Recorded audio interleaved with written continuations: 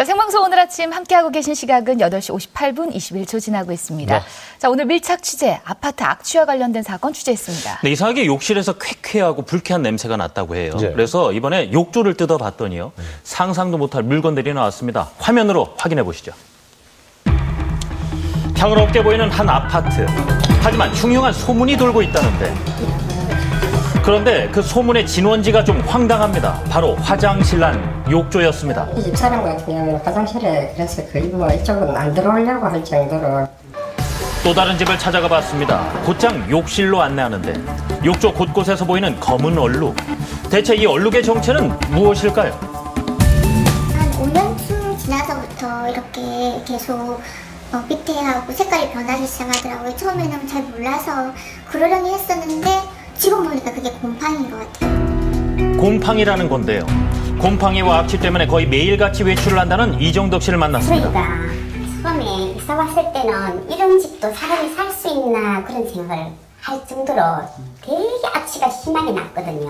욕조에 물을 항상 실어서 락스를 많이 풀어가지고 욕조에 물을 항상 실어가지고 몇 번 이것도 욕조를 세척을 했어요. 이 욕조에 들어간 물만 해도 아마 한 몇 톤이 될 거예요.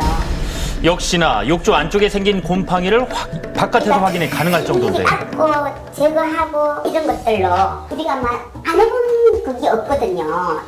수시로 과일 껍질을 말리고 향수를 뿌렸지만 별 소용이 없었습니다. 대체 욕조 아래에선 무슨 일이 벌어지고 있는 것일까? 어떨 것 같으세요, 저 안이? 그거 잘 모르겠어요. 욕조 안에 무슨 문제가 있지 않을까. 그래서 확인해 보기로 했습니다. 실리콘으로 마감한 부분의 틈을 만들어 내시경 카메라로 살펴봤는데 예.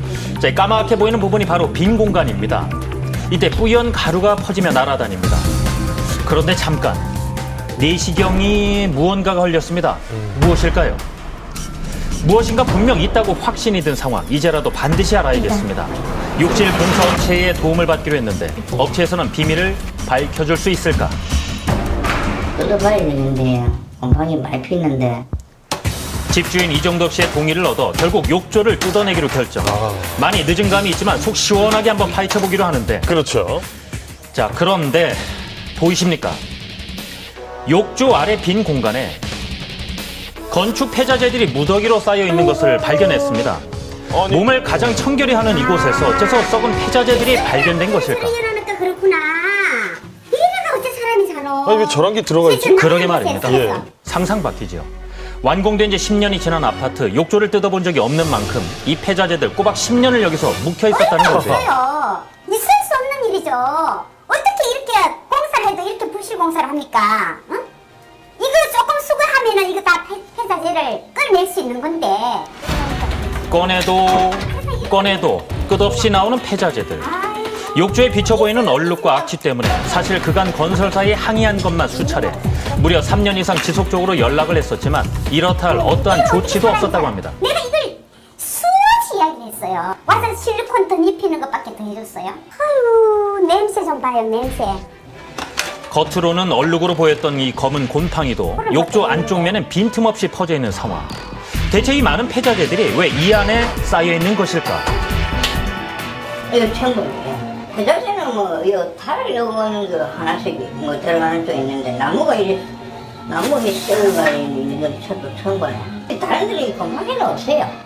이 부식이 돼갖고 떨어지네. 나무가 썩어서. 이미 욕조를 뜯어내고 공사를 마친 집도 있었습니다. 요 정도 됐고 폭이 요 정도 돼가지고 욕조가 들어있던 자리. 이쪽이 이제 폐자재가 다 들어있었어요. 이 집도 역시 마찬가지라는 얘기. 아이들까지 있는 집, 곰팡이와 악취가 더욱 견디기 힘들었을 텐데요. 이유도 모른 채 자비를 들여 공사를 시작했는데 욕조를 뜯어내자마자 보였다는 폐자재.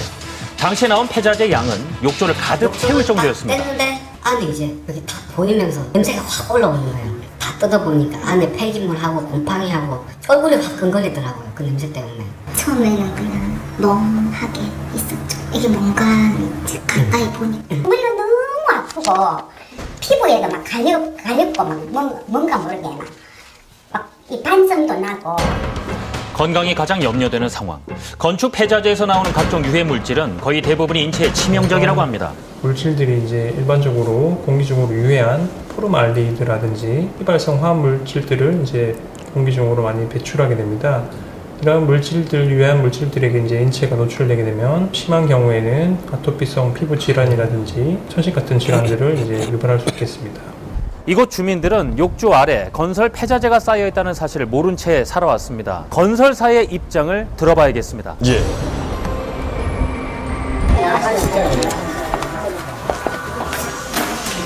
끝내 이 해당 건설사의 정식 답변을 들을 수는 없었습니다. 다만 구두상으로 확인한 결과 폐자재가 넣인 줄 몰랐다.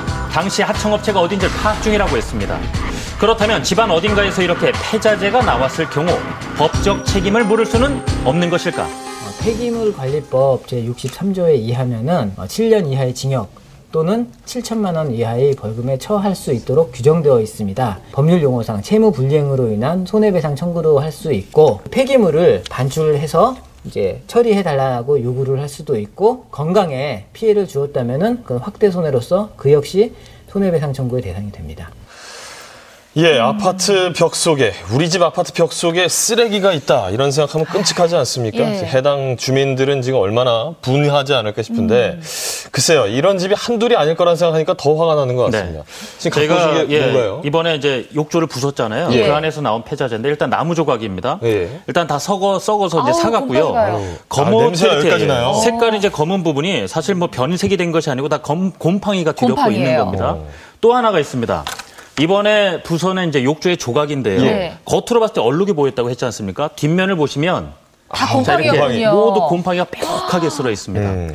자, 이 완공 후에 한 번도 욕조를 뜯어내지 않았던 만큼 당시에 눈가림 씌우고 그냥 넣어놓고 마감을 했을 개연성이 상당히 큰 만큼 건설사에서도 이번엔 확실히 확인을 해보셔야 할 겁니다. 자, 우리가 상식적으로 공사 과정에서 생긴 폐자재는 엄연히 법적으로 처리하는 방식이 따로 있다고 알고 있거든요. 네네. 어떻게 이런 일이 생길 수 있는지 의아합니다. 네, 지금 법에 보니까 이제 폐자재에 대한 재활용을 할 수 있는 그런 업체들을 지정해 놓고 예. 지금 이런 폐자재들을 활용할 수 있는 것들은 골라가지고 활용을 하고 나머지는 폐기하도록 이렇게 되어 있었습니다. 예. 그런데 문제는 그 폐기를 하는 방식의 문제인데요. 지금 과거에 알려진 바는 아파트 공사 현장에다가 폐기물을 불법 매립한다 하는 정도까지는 상당수 알려진 바 있지만 지금 이 벽 속이나 욕조 밑에다가 이렇게 이제 결국은 그 아파트의 건물 내부에다가 지금 숨겨놓은 거죠. 그렇죠. 예. 불법 매립을 이제 한 것인데요. 이런 부분은 지금 조금 전에 말씀하신 것처럼 소송이 가능하기는 합니다만 이게 사실 과연 단순히 이 시공업체의 문제이겠는가 아니면 관리하는 부서와 시공업체와 그리고는 폐기물 업체 간의 일종의 불법 커넥션에 의해서 이루어진 일인가 예. 하는 부분을 환경부와 건교부는 이건 틀림없이 확인을 해야 될 필요가 있다고 보입니다. 조사를 해야겠네요. 네. 예.